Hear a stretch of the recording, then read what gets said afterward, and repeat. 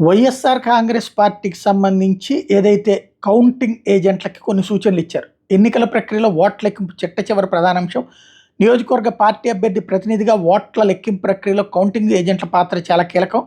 Parliament మరియు assembly నియోజకవర్గ అభ్యర్థులు వేర్వేరుగా ఏజెంట్లను తప్పనిసరిగా నియమించుకోవాలి.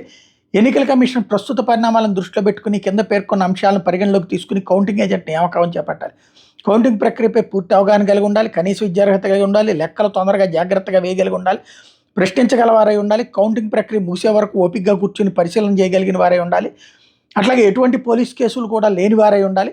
ఫారం 18లో కౌంటింగ్ ఏజెంట్ పేరు, అడ్రస్ తదితర వివరాలు 2 ఒరిజినల్ ఫారాల్లో నింపి నియోజకవర్గ పార్టీ అభ్యర్థి లేదా ప్రధాన ఎలక్షన్ ఏజెంట్ సంతకం చేసి కౌంటింగ్ ఏజెంట్ సంతకం కూడా చేయించాలి. ఒక ఒరిజినల్ కాపీని కౌంటింగ్కి 3 రోజుల ముందు అంటే 31/5/2024 సాయంత్రం 5 గంటలలోపు కౌంటింగ్ ఏజెంట్ల 2 ఫోటోలతో సహా రిటర్నింగ్ అధికారికి సమర్పించాలి.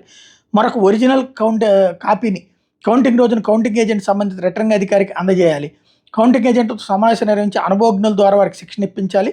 కౌంటింగ్ ఏజెంట్ నియామక ప్రక్రియను మే 29వ తేదీలోగా పూర్తి చేసి కౌంటింగ్ ఏజెంట్ల పేరు, ఫోన్ నెంబరు తదితర వివరాలతో కూడిన జాబితాను పార్టీ కేంద్ర కార్యాలయం ఈమెయిల్ ఐడికి లేదా వాట్సాప్ నెంబర్కి తప్పనిసరిగా పంపాలంటూ వైఎస్ఆర్ కాంగ్రెస్ పార్టీ అధికారికంగా వాళ్ళ నాయకులకి వాళ్ళ అభ్యర్థులకి సూచించింది.